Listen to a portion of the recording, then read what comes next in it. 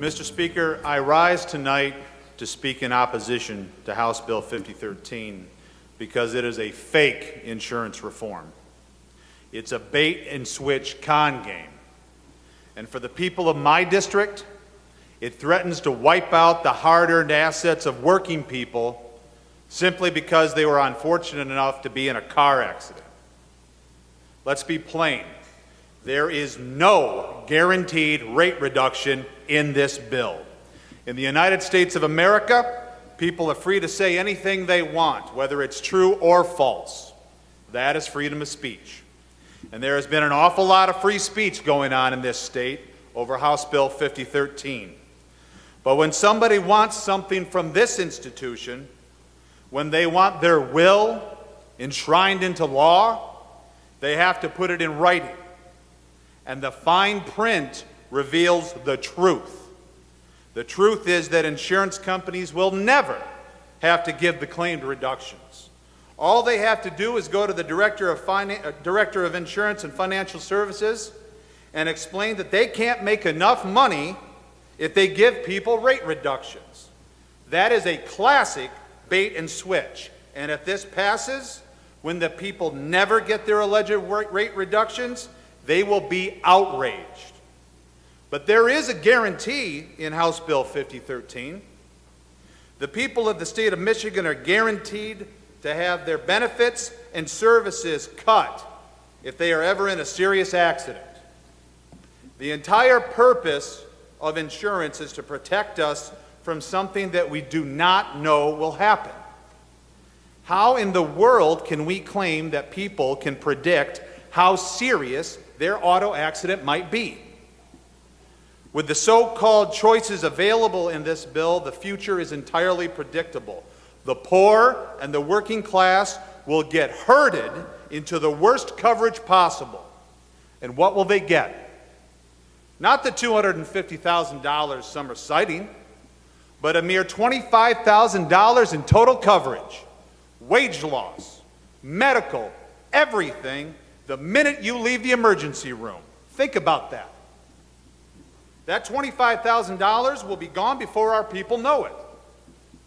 But that's not the worst of it. The cruelest lie to the people of my district is, well, government insurance will just kick in after your auto insurance.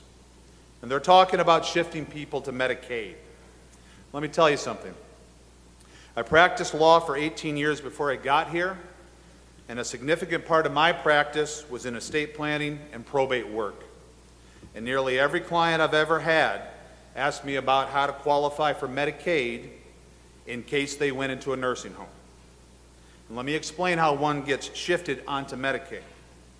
Medicaid is a poverty program, and you only qualify for it if your worldly, non-exempt assets are worth $2,000. What does that mean in the real world for a working person?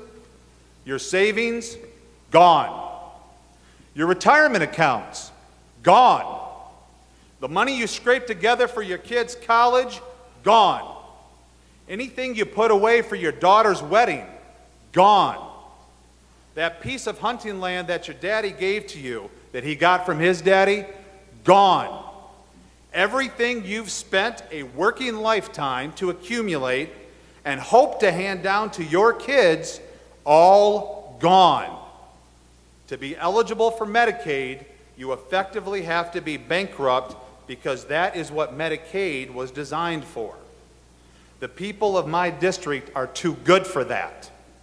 They scrimp and they save and they deny themselves common comforts. They do not deserve to be shifted to the welfare rolls just because they've been hit by a drunk driver.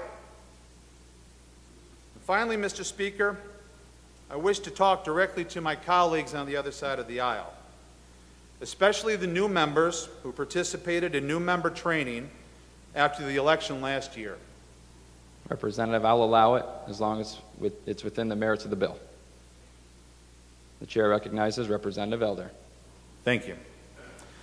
When I knocked doors last year to come join my colleagues in this institution, the highest priorities were roads, jobs, and schools. but I did hear about auto insurance as well. And I know that you heard those things too, because we talked about them, and we've been talking about them since we've gotten here as we've become friends.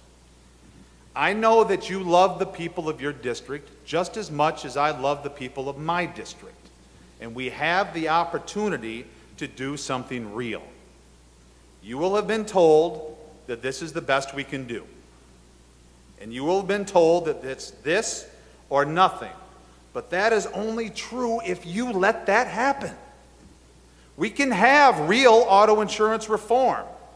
We can make the hospitals and the insurance companies and the lawyers come together and make a deal that makes sense for our constituents if we choose to. We have a framework of bipartisan bills introduced to start from. If those aren't the right bills, we can start with new ones.